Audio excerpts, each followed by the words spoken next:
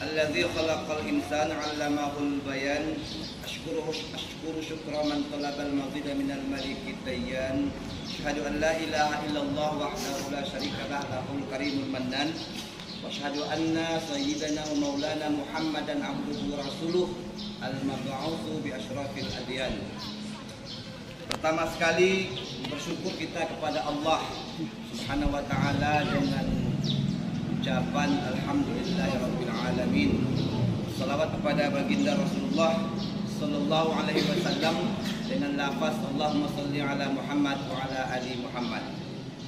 Yang sama-sama kita hormati Ibu Kepala Madrasah Sanawiyah Negeri 1 Kecamatan Naro, Kabupaten Tapanuli Tengah, kemudian Ibu KTU, kemudian muallim-muallimah yang tak bisa saya sebutkan satu-satu, yang insya Allah kita semua dimuliakan oleh Allah Subhanahu Wa Taala. Amin ya rabbal alamin. Amin. Pertama di sini Ibu yang ingin saya sampaikan adalah ini persamaannya Bu ya.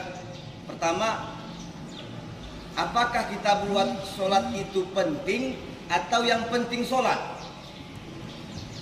Artinya yang ingin saya tanyakan hari ini, apakah kita hadir di sini yang penting tausiah atau yang penting tausiah atau yang penting mendengar tausiah?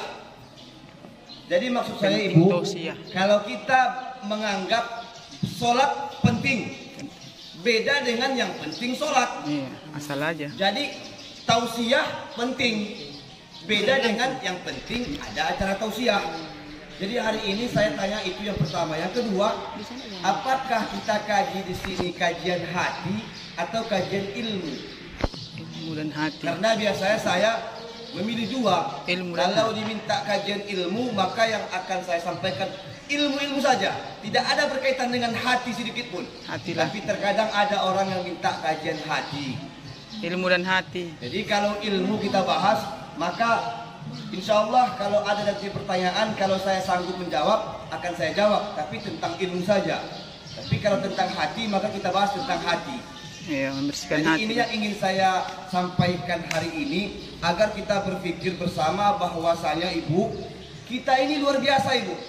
Ada orang Ibu tentang sholat ini yang tidak ada ketakutan sedikit pun kepada Allah meninggalkan sholat, sama seperti meninggalkan sendal di tepi jalan.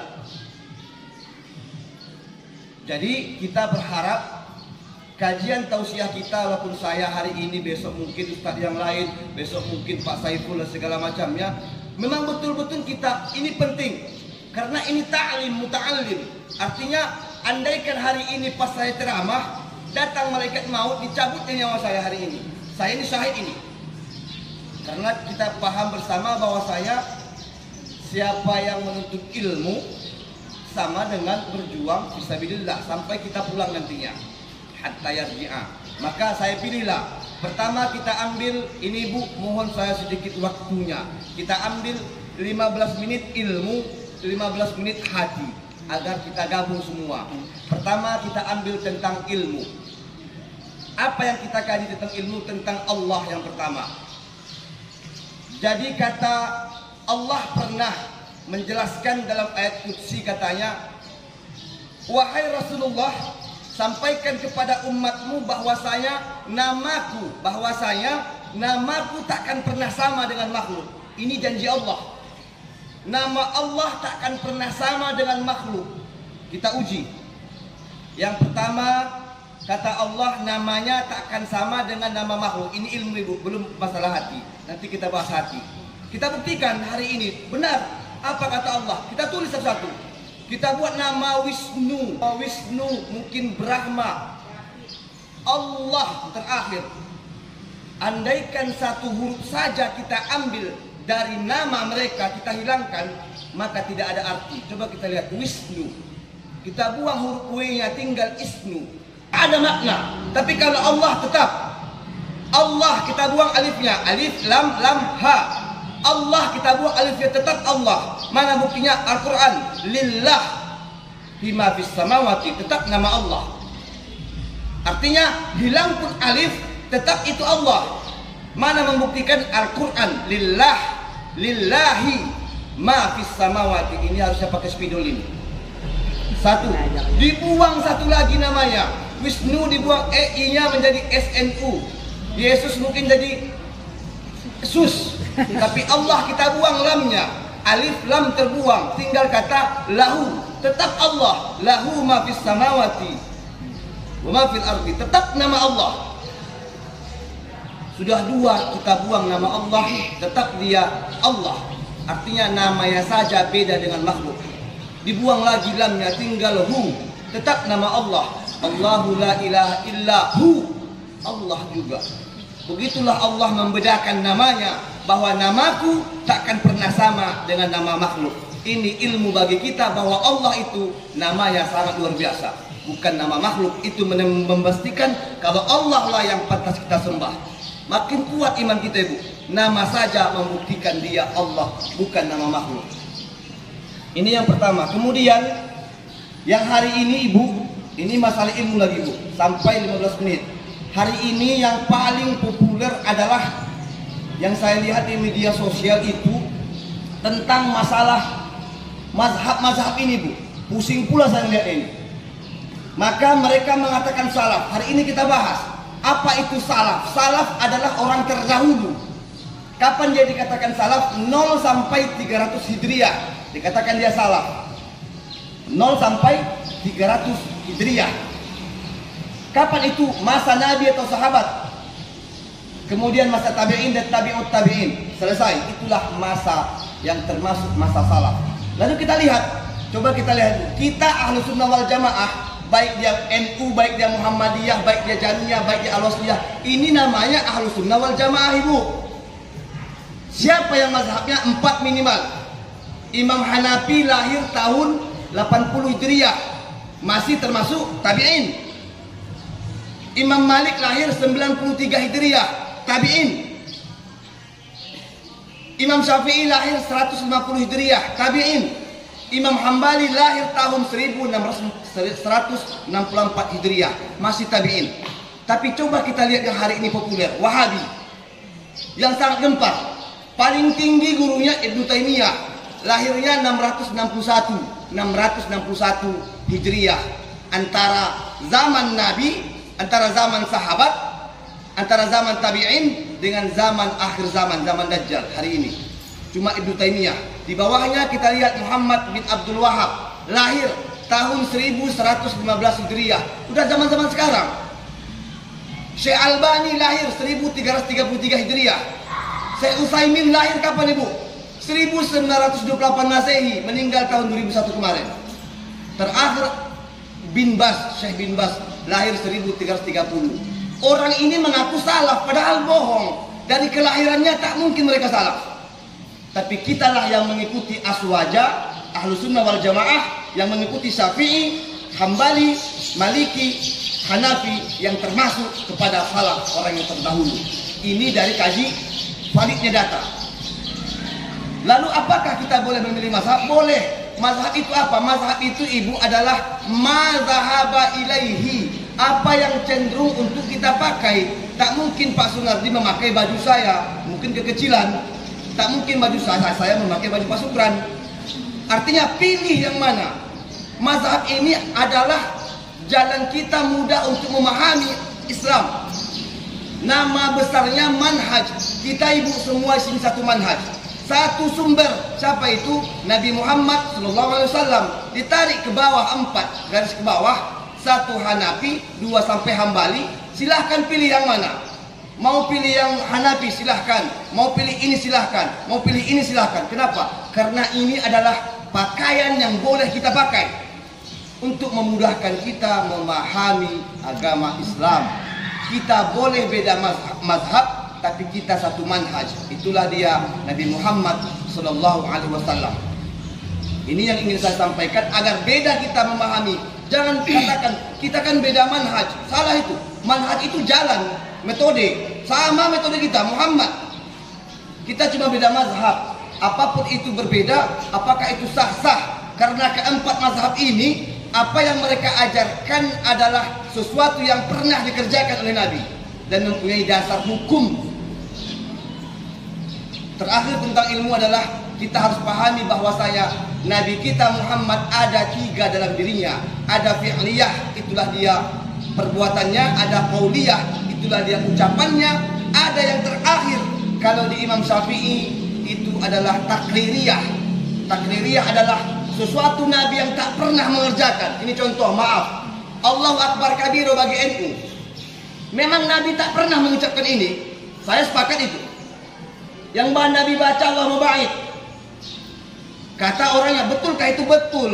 Secara pemahaman kita betulkan. Tapi siapa yang membaca Allahu Akbar kabiro? Sahabat yang waktu itu makmum di belakang Nabi. Dia mengatakan ketika dia membaca itu, Nabi melihat berlomba-lomba malaikat untuk mengulang bacaannya. Setelah salam, Nabi bertanya, siapa tadi yang membacakan Allahu Akbar kabiro? Sahabat menjawab, saya. Apa kata Nabi? Apakah Nabi menjawab, celakalah engkau? Tidak.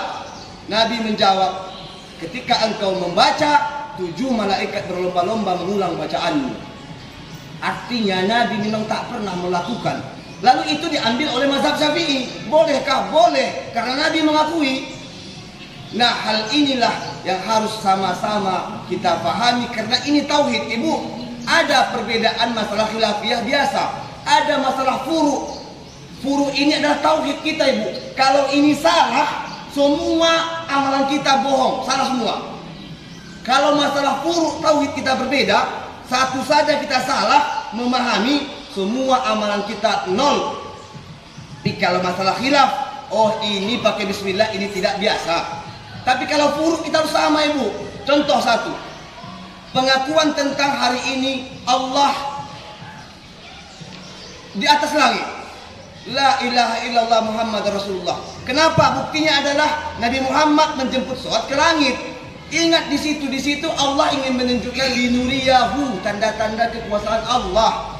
Di situ Allah mengatakan bukan makan. Makan itu bahasa tempat. Tapi Allah menunjukkan makanah. Keberadaan Allah itu tinggi. Coba kita lihat, bukankah dalam Quran, wa idza sa'alaka ibadi anni, bila umatku bila hambaku wahai Nabi Muhammad bertanya tentang aku, apa jawabannya, Ibu? Fa inni qarib. Katakan aku dekat. Aina ma kuntum wa ma'akum, aku berada di manapun kamu berada. Batal kan dengan dasar Ar-Rahmanu 'alal arsy istawa. Padahal itu masih ditakwil oleh mazhab yang 4. Artinya, Ibu, ketika ini kita berbeda, maka amalan kita apapun bohong. Kenapa? Karena Allah itu tak bisa kita samakan dengan sesuatu apapun. Laisa kamitslihi syai'un. Ini yang harus disepakati. Aswaja Ahlussunnah wal Jamaah, baik dia Muhammadiyah, baik dia NU, baik dia Jamiyah, baik Al-Wasliyah, sepakat ini bahwasanya Allah itu tidak bertempat. Tak boleh kita katakan dia tempatnya di langit, tak boleh. Kenapa? Karena itu adalah masalah furu'iyah. Ini tauhid yang menunjukkan tentang bagaimana kita memahami Allah. Banyak kata-kata Allah bahwa Allah itu tidak bisa kita katakan dia di sini, dia di situ. Terakhir, Ibu, tentang ilmu. Ibu, sebanyak Asmaul Husna yang kita pelajari, Ibu, pahami satu saja, semua boleh kita contoh. Allah Ar-Rahman, bolehkah kita Ar-Rahman? Boleh. Allah baik, kita boleh baik? Boleh. Tapi ada satu Asmaul Husna yang tak boleh kita ikuti. Itulah dia Al-Mutakabbir. Tidak boleh itu. Itu cuma milik Allah. Ada satu Asmaul Husna yang tak boleh manusia mengikuti itu. Itulah dia takabbur. Sombong. Ini hanya punya Allah. Allah sajalah yang berhak sombong, tapi Allah tak sombong. Cuma satu ini Asmaul Husna yang tak boleh kita ikuti. Apa yang menyebabkan orang sombong? Dijawab oleh Nabi. Al-kibrun. Orang sombong adalah batarul haq, orang yang menolak kebenaran. Dan ini kata Nabi, ghamtun nas, orang yang merendahkan orang lain. Inilah yang dikatakan sombong. Kalau ditanya apa itu sombong, Nabi menjawab, sombong adalah orang yang menolak kebenaran. Al-haq. Katanya situ al-haq pun ya Bu. Batarul haq. Bukan as-siddiq. Beda Bu ya. Beda antara al-haq dengan siddiq. Sama-sama benar. Kalau al-haq pun Ibu benar, orang percaya karena dia tampak. Ini HP. Kenapa orang percaya? Ada bukti jelas. Tapi kalau as-siddiq itu Ibu orang percaya, dia percaya tapi gak ada buktinya. Siapa dia? Abu Bakar As-Siddiq. Bukankah ketika Isra Mi'raj Ibu, orang semua gak ada yang percaya kalau Nabi itu diperjalankan dari Masjidil Haram ke Masjidil Aqsa. Gak ada yang percaya. Cuma Nabi yang percaya. Nabi dan Abu Bakar. Abu Bakar, percayakah engkau? Percaya. Andaikan pun di balik bukit itu ada musuh, padahal tak ada. Kalau Nabi yang mengatakan saya percaya, artinya dia percaya tanpa bukti. Kebenaran tanpa bukti disebut As-Siddiq. Gelar Abu Bakar As-Siddiq itu diberikan Nabi kepada Abu Bakar karena dia benar mengakui kebenaran walaupun matanya tidak melihat, tidak menyaksikan. Tapi kalau yang sombong di sini masih memakai kata al-haq, artinya itu benar karena ada bukti. Itulah sedikit tentang ilmu. Sekarang masuk kita ke hati, Bu. Kalau ke hati ke ibu, jangan tersinggung Ibu yo. Jangan tersinggung. Kali ini agak garang Ustaz suara itu. salah satu yang membuat orang hancur menempatkan dirinya di tempat sesuatu. Ini hancur, Bu. Mental itu Ibu. Saya cari kamus. Apa itu mental? Mental adalah sesuatu yang tidak berkaitan dengan batin, sesuatu yang tidak berkaitan dengan fisik dan tenaga, tapi berkaitan dengan batin dan tabiat. Ini mental. Contoh Ibu, kalau saya menempatkan diri, ini yang salah sebagian. Kalau ada ustadz menempatkan dirinya sebagai ustadz, bahaya ini Bu. Ustadz kan harus ada minumannya, harus ada ininya. Contoh. Oh iya, betul. Maka ketika itu Ibu salah dia itu. Kenapa? Karena perintahnya adalah dia menebarkan la ilaha illallah. Ibu percaya Ibu mentalku bisa berubah orang? Coba lihat Ibu. Ada satu pesta. Berangkatlah si Markona dari rumahnya ke pesta. Coba kita lihat Ibu bagaimana ketergantungan orang terhadap benda. Coba kita lihat. Saya perhatikan. Si Markona berangkat dari rumahnya ke pesta. Setelah itu Ibu, berangkat pertama semua lengkap. Bajunya mahal, gelangnya dipasang, cincinnya dipasang, subangnya dipasang, sepatunya mahal. Ketika dia berjalan Ibu, PD-nya naik, timbul, mendongak berjalan. Kenapa? Karena ketergantungan kepada benda. Dibalikkan Ibu, pesta keduanya dicabut semua. Pakaian biasa, tak pakai ini. Coba lihat berjalan, menunduk dia berjalan. Kenapa?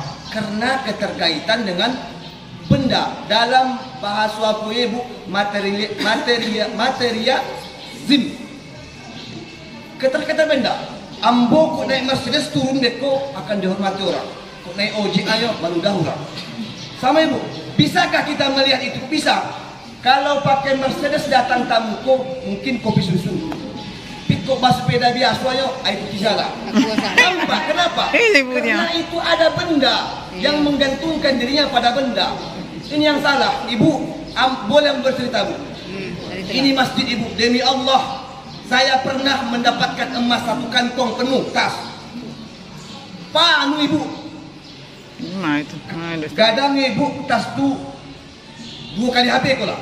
Isinya penuh. Waktu itu ibu tuh masuk ke dalam WC, ditinggalkannya lah itu emas itu di tempat semen WC. Toilet. Lalu ia keluar ke pasar, ambo datang. Setelah itu bu cari lah bu emas itu masjid ibu, tak mungkin bohong. Nyata, bu bawa lah ke rumah, bu buka lah, bu silakan, amin sama ibu. Datanglah pada waktu itu malaikat mengecek ambo. Itu bukan hakmu. Datang balik iblis. Ambillah, halalkan dengan bismillah. Iblis sudah. Malaikat mengecekkan, itu bukan hakmu pen, pulangkan itu. Iblis menjawab, halalkan dengan bismillah. Jadi pada waktu bingung, babu banungi, bu cari aneh sama dia. Setelah itu manangi-nangi lau mak ko pai balik ke WC itu ke pasar ko jarak ibu antara masjid ko dengan simpang putar lah jaraknya. Bu cari lah ibu tu manangi-nangi, bu mulai ibu kamarilah. Setelah itu apa Nabi pandangikan hilang emas sampo ame itu nandak wisuda nam. Bu tunjuk kalau ame ibu lupa ya kalau ia marah mau dipalu ame lu. Berterima kasihnya luar biasa. Ya alhamdulillah masuk sujud ibu. Pada waktu itu. Setelah itu ibu, ambo sampaikan ke ibu, ibu, apa? Andaikan tadi itu hilang, apa yang terjadi? Apa jawaban ibu? Mudah jawabannya. Andaikan hilang itu saya pulang. Anak ambo sudah. Itu jawabannya. Apakah salah dia pada waktu itu bergantung kepada benda? Tidak. Karena memang itu dia butuhkan. Bukan untuk gaya-gaya, bukan untuk pamer, tidak. Karena untuk ada keperluan yang betul-betul mendadak. Ambo pulangkanlah itu ibu. Itulah bagaimana orang terjebak dengan merasa baik.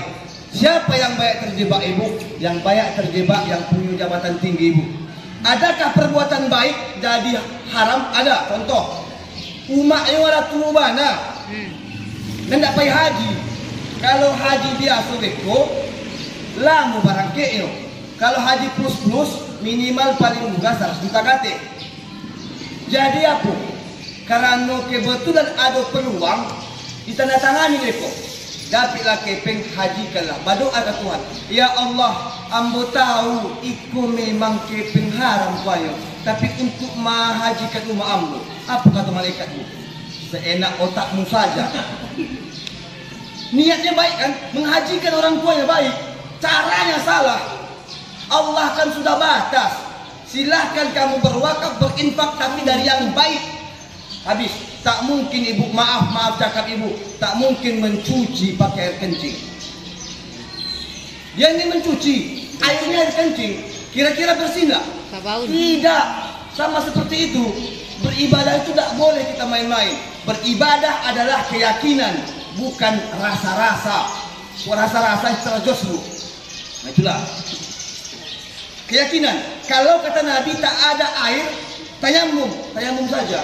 Datang orang, ambo coba tayamum, kira afdol. La ilaha illallah. Nabi yang menyuruh, tak ada air tayamum, selesai, afdol.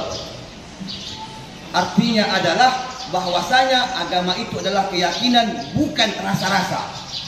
Kalau rasa-rasa ibu itulah tadi, makanan itu. Kemudian ibu tentang masalah hati kita masuk. Maaf dulu ya, maaf. Allah mengatakan aku ciptakan makhluk itu khususnya manusia berpasang-pasangan. Mubahas dulu. Jadi kalau ada manusia yang merasa tak ada pasangannya, salah dia itu. Allah janji Allah ini.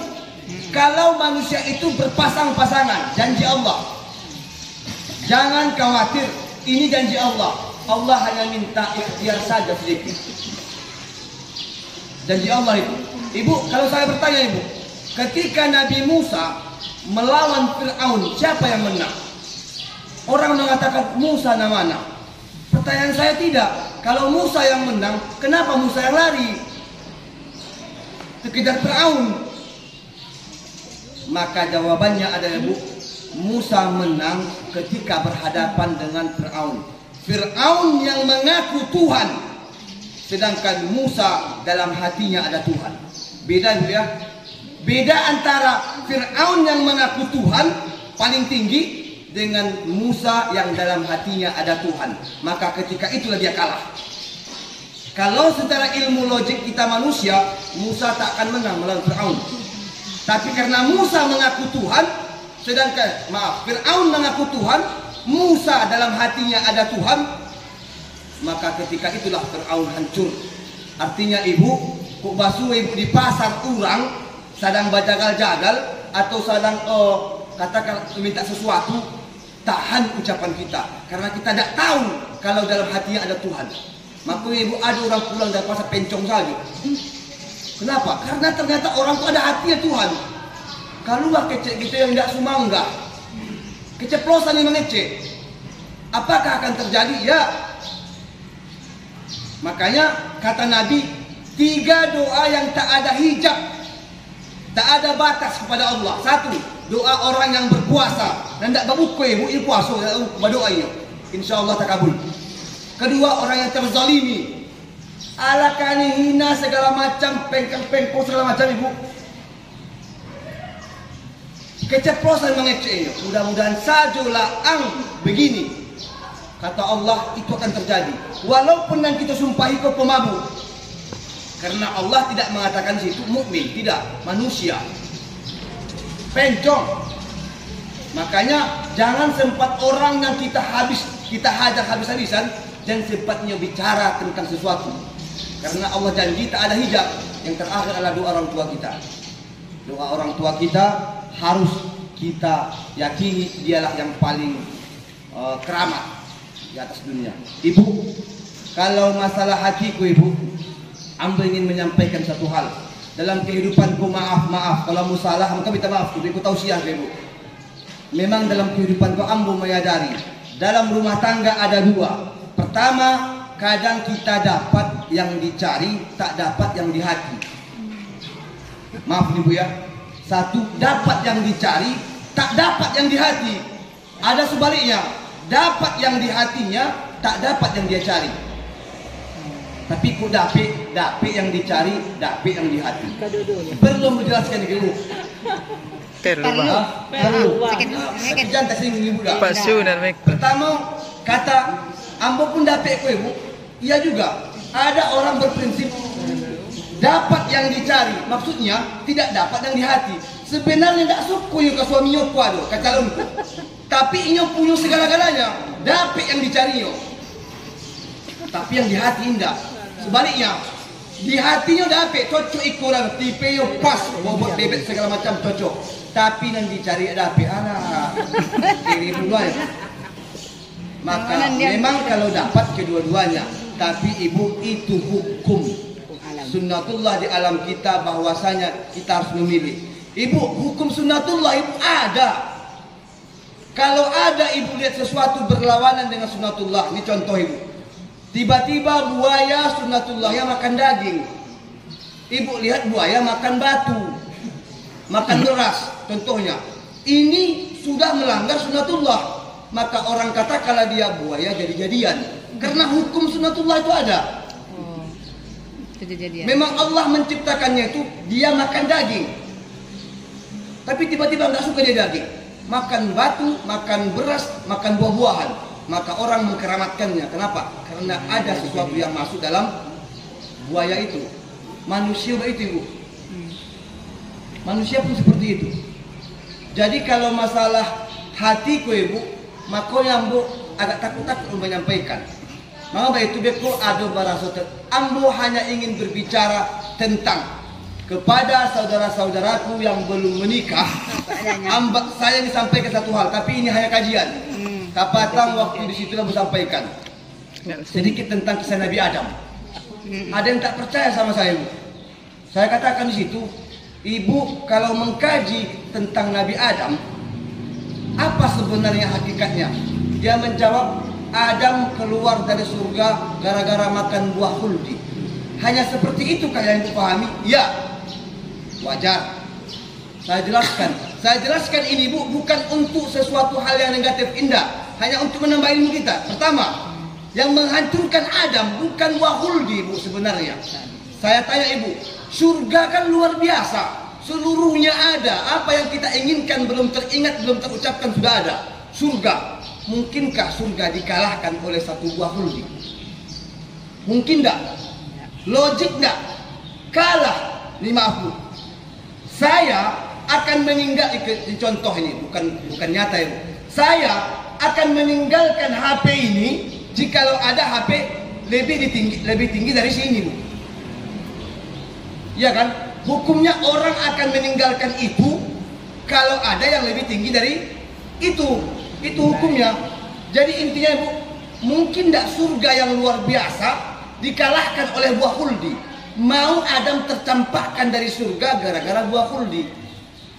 Syarah hadis yang saya baca Ibu di kitab Ihya Ulumuddin, kemudian di kitab sebelah lain Tanbihul Ghafilin, peringatan kepada orang yang lupa.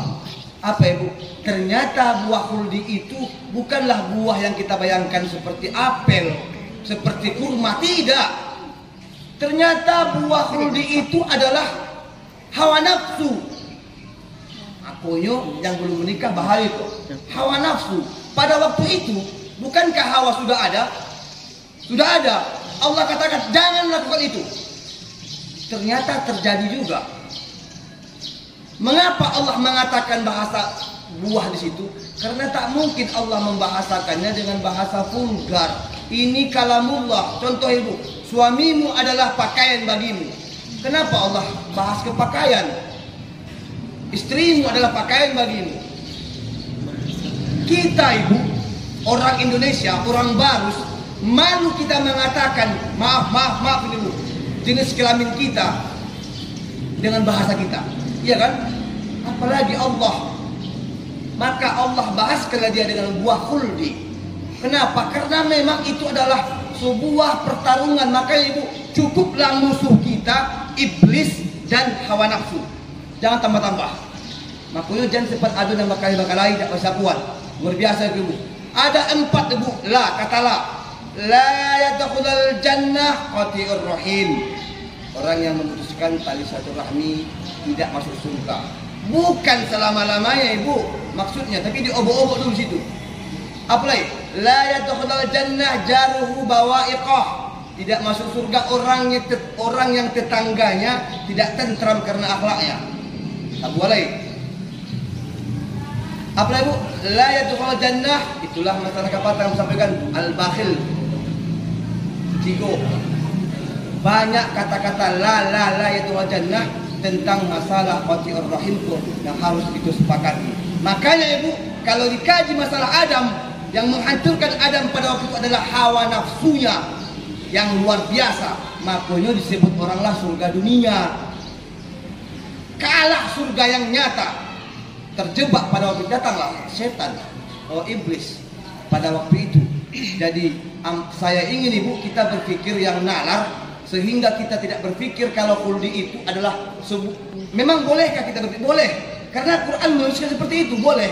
Tapi bolehkah kita mengambil kajian lain? Boleh, karena tak mungkin surga. Mungkin tak Bu, masjid Sarancak Yoko dikalahkan oleh Bu Derita. Ibu tinggal di Siko, tapi tiba-tiba tertarik mana Ibu tinggal di bawah kolong jembatan. Tak mungkin. Pasti harus melebihi itu. Maka jawabannya adalah hawa nafsu pada waktu itu. Terakhir Ibu yang ingin saya sampaikan adalah masalah tentang hukum. Ibu, kalau bicara hukum Ibu, jangan pusing-pusing kita bicara usul fikih. Maka ambo kasih satu resep yang ketika orang bertanya Ibu bisa menjawab langsung. Resepnya adalah amrun bisyai'in wa amrun biwasailih. Kubatai orang hukum ke Ibu, itu sajalah ilmu Ibu. Simpan itu. Ibu akan menjawab. Contoh, kalau orang bertanya kepada Ibu, apa hukumnya Maulid Nabi? Orang akan menjawab seenaknya saja. Kadang dia jawab wajib, sunnah, makruh, haram. Maka jawabannya adalah amrun bisyai'in wa amrun biwasailih.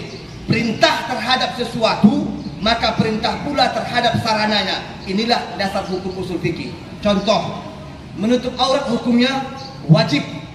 Wajib hukum menutup aurat. Membeli baju hukumnya mubah, boleh. Beli baju mubah Bu. Tiba-tiba berangkatlah Ibu ke pasar. Sampai di pasar baju Ibu robek, sabi, tak buka. Maka pada waktu itu hukum membeli baju bukan mubah Ibu, tapi wajib. Kenapa? Karena ada sarana yang wajib yang harus ditutupi. maka hukum membeli baju pada waktu itu berubah dari mubah menjadi wajib. Sama seperti Maulid Nabi, Isra Mi'raj. Apalagi banyak orang mengatakan ini bid'ah. Iya, bid'ah ini Bu. Tapi covernya, luarnya bid'ah. Tak pernah ada ini.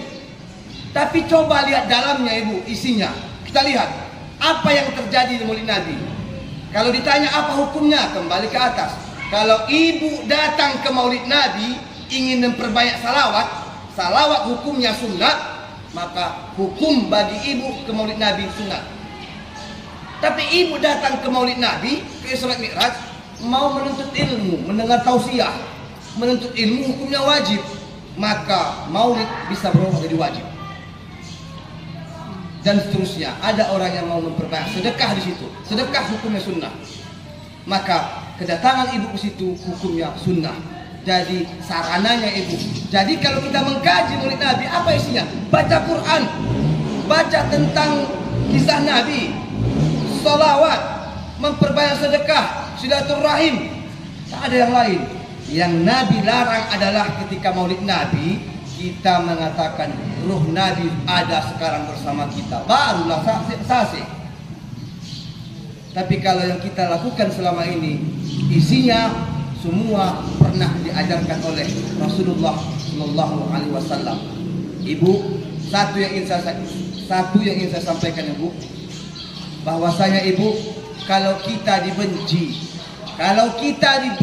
karena kita benar, yakini Ibu itu adalah anugerah Allah. Tapi ketika kita dibenci karena akhlak, karena perilaku, maka yakinilah inilah musibah. Ini Ibu yang harus kita ingat-ingat, bahwasanya ketika kita dibenci karena kita benar, maka inilah anugerah dari Allah. Tapi ketika kita dibenci karena akhlak kita, perilaku kita oleh orang lain, oleh orang banyak, maka katanya inilah yang disebut dengan musibah yang kita harus introspeksi diri. Maka Ibu, sebenarnya banyak yang ingin Ibu sampaikan. Tapi kalaupun ada pertanyaan, kok bisa menjawab? Apa Ibu? Ya, bulan depan. Jadi, insya Allah. Tapi kalau ada pertanyaan, boleh. Apakah sama jawaban saya dengan contohnya yang Ibu mungkin ada mursyid yang silahkan. Tapi intinya Ibu, bahwasanya satu hal yang saya sampaikan terakhir Bu, ikutan salah paham Ibu yo. Orang yang mondok pesantren, orang yang bisa baca kitab kuning, kitab gundul, orang yang banyak dia tahu hadis, orang yang pandai baca Quran Ibu, satu jawabannya, belum tentu dapat hidayah. Dan kita cari hari ini hidayah Ibu. Orang yang mondok pesantren, tahu dia kitab kuning, hafal dia hadis, tahu dia Quran, belum tentu dapat hidayah. Karena di agama kita yang tertinggi hidayah, hudan. Ini jaminan Ibu. Makanya Ibu jangan heran kalau ada orang tidak tahu ya hadis loh, tidak tahu baca Quran pun agak patah-patah, tapi luar biasa dikecilkannya, ya Allah hujan memang. Kenapa? Karena itu hidayah. Jadi beko jangan ada anggapan ketika orang bisa ceramah, tahu hadis banyak, tahu ini, lalu dapat hidayah. Belum tentu. Karena hidayah adalah kita berusaha mencarinya, dan itu adalah rahasia Allah kepada siapa dia diberikan. Banyak sahabat Nabi, banyak Ibu, bakawan sama Nabi, basuo sama Nabi. Ibu, ambo kapatan ke makam mahligai, bu cari di bawah, baru sekali temu ke situ, bu bacolah tulisan-tulisan itu di bawah, rupanya baru dapat, baru temukan Syekhun As-Siddiq tilmid Imam Khatib. Syekh Siddiq adalah murid Imam Khatib. Kata Siddiq di situ jadi ambil beban itu. Siddiqnya pakai alif lam ma'rifah khusus. Kalau dia tak pakai alif lam nakirah, dia Syekhun Siddiq mungkin temannya Syekh, tapi dia pakai alif lam ma'rifah khusus. Syekh Siddiq adalah murid dari Imam Khatib. Apa yang timbul di hati Ibu? Kata-kata Siddiq, silakan buka Quran, buka Al-Hadis. Siddiq hanya diberikan gelar oleh Nabi kepada Abu Bakar, Abu Bakar As-Siddiq. Coba yang lainnya, kalau itu nama pasti punya nasab, pasti punya bin.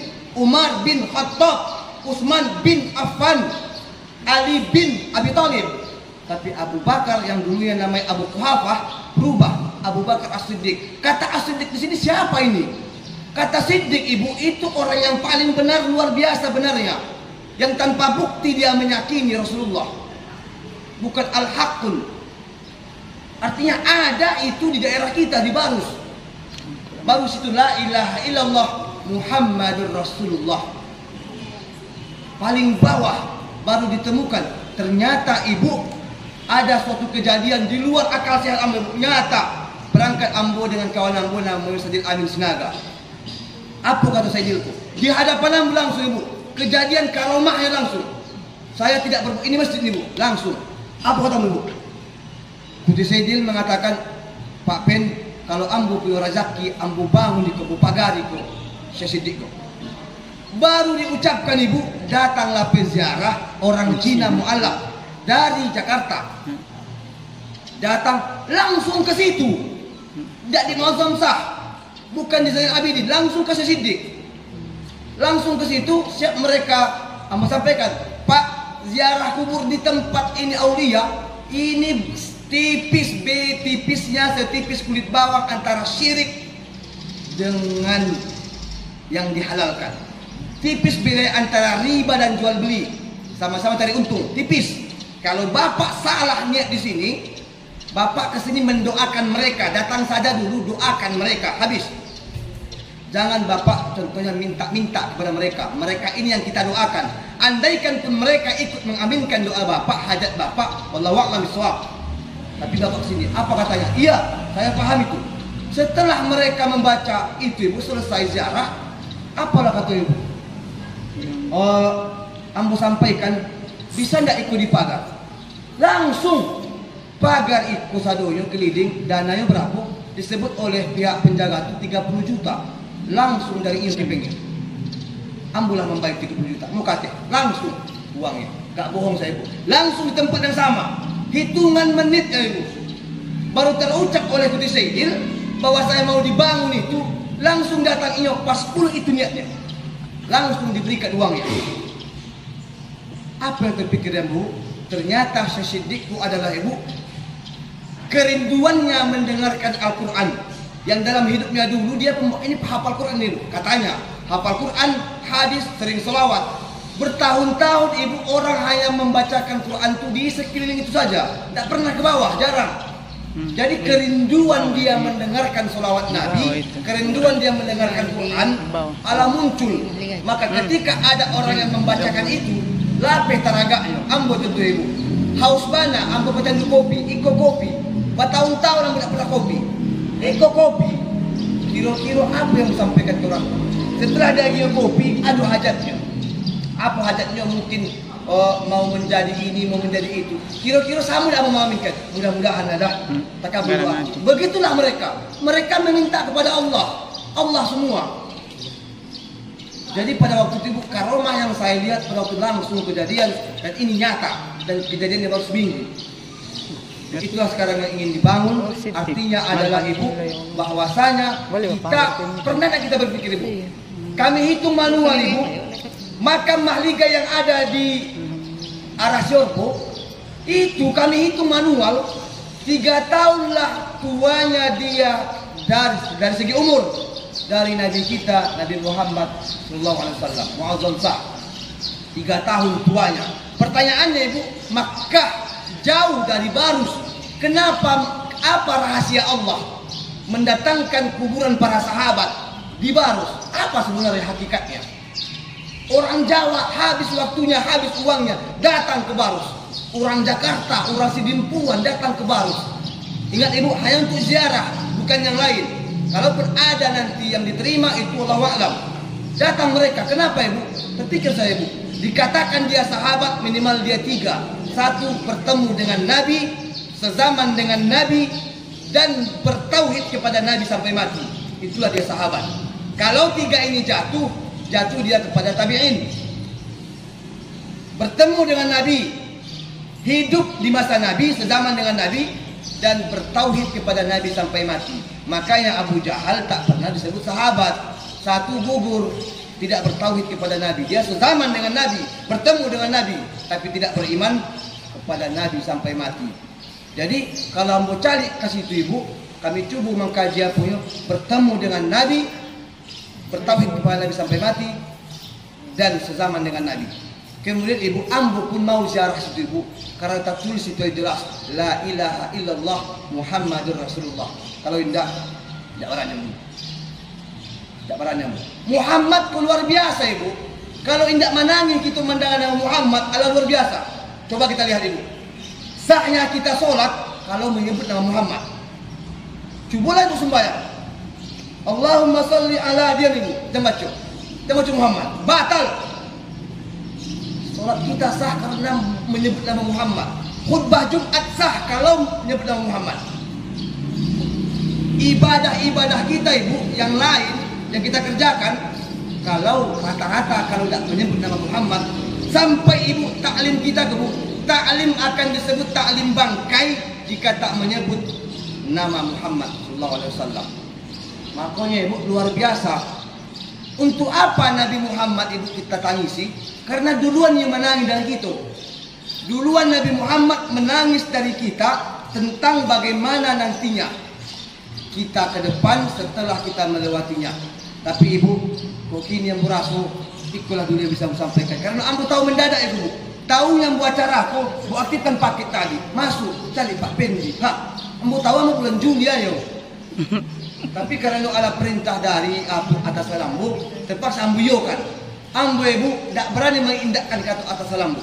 Karena itu tupok siambu. Maka ibu, kalau ada pilihan, contoh, ada yang bertanya, mana Ustaz mendengar taklim ambo atau ambo harus bekerja duluan? Lihat pekerjaannya. Kalau pekerjaannya itu borongan, contohnya kerjakan ini, mungkin bisa selesai 2 jam. Ada waktu lapang, 5 jam lain. Silahkan pergi ke tempat lain. Tapi janji 2 jam selesai. Tapi kalau tugas kita melayani, makanya ibu, maaf bu yo, kayak yang PNS, ambo maaf, ambo bukan PNS, mau sampaikan. Ibu, PNS ada 2 gandangnya. Kalau PNS ibu anggap sebagai hadiah, maka akan berbeda kalau kita anggap PNS itu adalah, maaf bu ya, pelayan. Ambo ibu, mubalik pelayan Tuhan ambo ya. Bahasa dalam non-muslim nama pelayan. Ambo pelayan Tuhan. Tak tanpa mau digaji, mau hujan, mau indah ampai. Karena ambo pelayan. Maka PNS pun bu, kalau dia menganggap dirinya pelayan masyarakat, itu ambo sampaikan, maka ia akan berbuat terbaik. Kenapa? Karena dia tahu dia pelayan masyarakat yang ini akan dipertanggungjawabkan di hadapan Allah. Tapi kalau dianggap PNS itu hadiah, maka kalau itu hadiah itu perlu dimanfaatkan, perlu diambil kesempatan, maka berbeda.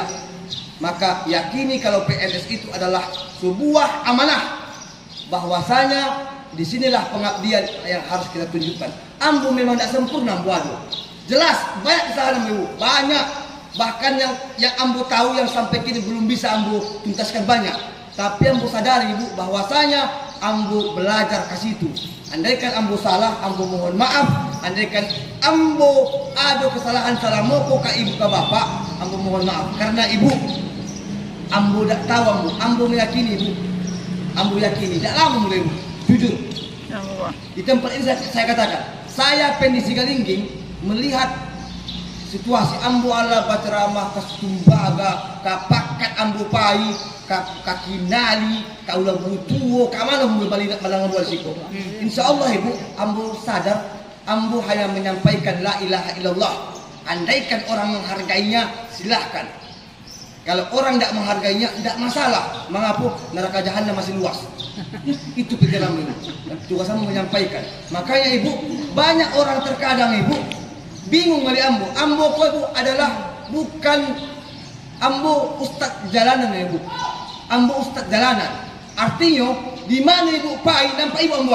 Jika dia ambo nampak, tapi ambo nak melebur dulu.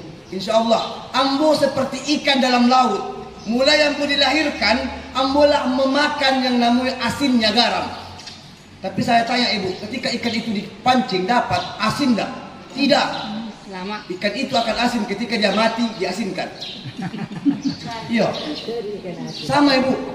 Kalau ambo pun bergaul di dunia orang yang kecil kalah, maaf cakap, semua yang di kebun binatang keluar, tapi insya Allah ambo ke situ ibu, berusaha untuk meluruskan saja.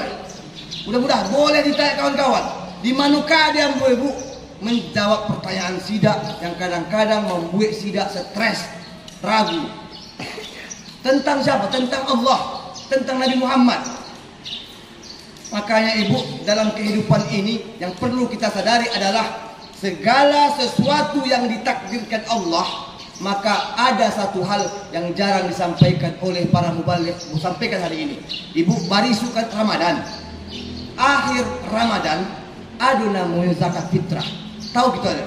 Zakat fitrah itu ada namanya waktu jawaz, waktu dibolehkan. Ada waktu wujub, waktu yang diwajibkan. Waktu jawaz itu ya pertama puasa terserah ibu. Sampai waktu wajib. Waktu wajib kapan?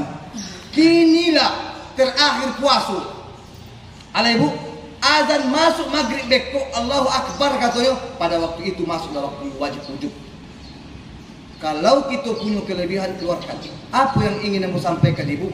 Manapun itu terjadi, ibu mungkin belum baca, saya baca kitabnya, kitab Tambihul Ghafilin, halaman 255. Apa kata ibu? Pada waktu pergantian antara bulan Ramadan dengan Syawal, malam itu takdirkan Allah yang tahu. Malaikat tidak tahu ibu. Ibu paham ini? Takdir kita Allah yang tahu. Makanya di Lauhul Mahfuz. Maka katanya di situ ibu, ketika malam pergantian Ramadan dengan Syawal, pada waktu itu terjadilah pleno besar-besaran antara Allah dengan malaikat. Apa yang disampaikan Allah? Allah menyampaikan takdirnya yang masih rahasia kepada malaikat. Tahun bulan Syawal ko sampai bulan Muharram yang meninggal iko. Yang jatuh kairnya iko, yang naik kairnya iko, yang sehat iko, yang meninggal bayi iko, yang panjang umur iko. Pada waktu itu terjadi. Makanya ibu, pada waktu pergantian bulan Ramadan ke Syawal, jangan tinggalkan sholat. Makanya bahasa orang gugur daun. Padahal ada kajian ini. Pada waktu malam antara Ramadan dan Syawal lah, Allah menyampaikan takdir yang dia rahasiakan kepada malaikat, bukan kepada manusia, kepada malaikat. Iko bulan iko jadi PNS ko. Iko menjadi apa iko? Kenapa seperti itu? Itu yang terjadi karena rahasia Allah akan disampaikan kepada malaikat pas waktu pergantian itu. Makanya ibu, banyak orang yang terkadang pas malam itu santai saja, pai motor-motor tahap segala macam. Padahal malam itulah malam rapat pleno, kita menunggu takdir Allah. Malam ko barisu Pak Sunardi menikah, contoh. Baru malam bisa jadi, bisa jadi. Kenapa? Karena itu katanya malam Allah menyampaikan takdir rahasianya kepada malaikat. Jadi pada malam itulah kita berdoa kepada Allah. Ciani. Apa ibu? Ciani. Ya sama itu. Yang penting pahamilah Allah menciptakan di sini manusia berpasang-pasangan. Kalau Allah janji berpasang-pasangan, pasti ada pasangannya. Tapi dua ibu, kalau indak basuh di dunia mungkin bedanya itu kata. Tapi Allah tidak mungkin bohong. Allah mengatakan berpasang-pasangan, mungkin di dunia, mungkin di akhirat. Tapi kita berdoa mudah-mudahan di dunia lah. Kenapa? Dunia akhirat. Yang penting ibu ingat-ingat masalahnya. Mungkin kita baik menikah. Sebelum menikah, ambo kakak ambo kasih bolon sigaringging. Nak ada mulu. Warna kan? Maka yang pun ambo tahan-tahan. Ibu, ambo ingin sampaikan, memang betul. Sebelum kita menikah, kita cari yang lebih semua. Lebih cantik, lebih molek, lebih hebat, lebih kaya, lebih semua. Sebelum menikah, setelah ijab kabul saya terima, bergaul, barulah tampak kekurangan. Rupanya. Maka disitulah fungsi kita sebagai pakaian, menutupi. Maka kalau ada orang yang mencari kelebihan sebelum nikah, wajar. Tapi jangan dipaksakan bana. Kenapa? Karena bahwasanya target kita menikah, satu, kita punya nasab nantinya. Kita punya orang imam yang gama, kamu paham bu? Orang yang belum menikah, jujur, tidak usah kita bohong, jujur. gamang. Kenapa gamang? Karena memang dia butuh imam. Apapun kalau dia, Allah tidak akan pernah mengatakan hal sesuatu yang mungkir. Berpasang-pasangan, kenapa? Karena dengan berpasang-pasangan tertutupilah kekurangan si A, tertutupilah kekurangan si B. Itulah gunanya Allah jadikan kita berpasang-pasangan. Mungkin inilah yang bisa saya sampaikan. Tidak tahu boleh Ibu apa yang bisa disampaikan. Tapi kok ada pertanyaan, kok bisa menjawab, kok indah badan jam butok belum langsung. Oke. Ada Ibu Junida. Putus.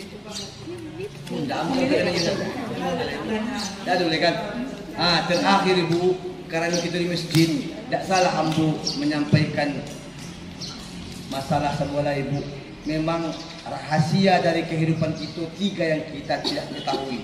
Pertama, kapan waktu kita, di mana tempat kita, apa penyebabnya. Kenapa Allah tak mengatakan ini? Wajar, logis. Allah tidak menyampaikan. Allah cuma mengatakan mati pasti. Tempatnya, ininya nggak bisa. Coba bayangkan Ibu, Pendi si Kalingging mati dalam laut. Tahu Ambu itu dari Allah langsung. Mati dalam laut. Kira-kira makan Ambu Ibu masih mood makan. Tidak mood makan Ambu. Padahal lama mau mati Ibu. Meninggal tahun 2000 sekian. Lama, tapi kini kalau Ambu tahu, andaikan diberitahu Allah, makan pun Ambu. Bahonda pun tamanu itu. Mungkin Ambu jauhi, akan Ambu jauhi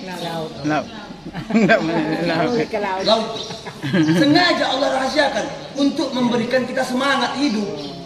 Sempat diberitahu Ibu, baru mereka kata harta kita baton, tapi tahu kita meninggal ditabrak mobil cipulan.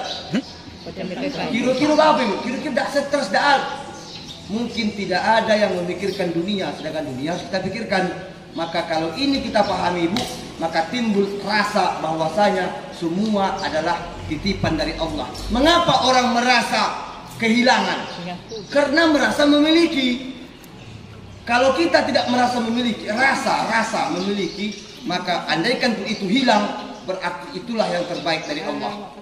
Kalaupun itu kembali nantinya, itulah yang terbaik dari Allah. Karena Allah tidak akan mungkin memberikan yang terburuk bagi hambanya, karena kita adalah ciptaan Allah subhanahu wa ta'ala. Demikian mungkin yang bisa aku sampaikan. Ada salah, Ambu minta maaf. Wabillahi taufiq wal hidayah. Wallahu muwaffiq ila aqwamit thoriq. Fastabiqul khairat. Assalamualaikum warahmatullahi taala wabarakatuh. Waalaikumsalam warahmatullahi wabarakatuh.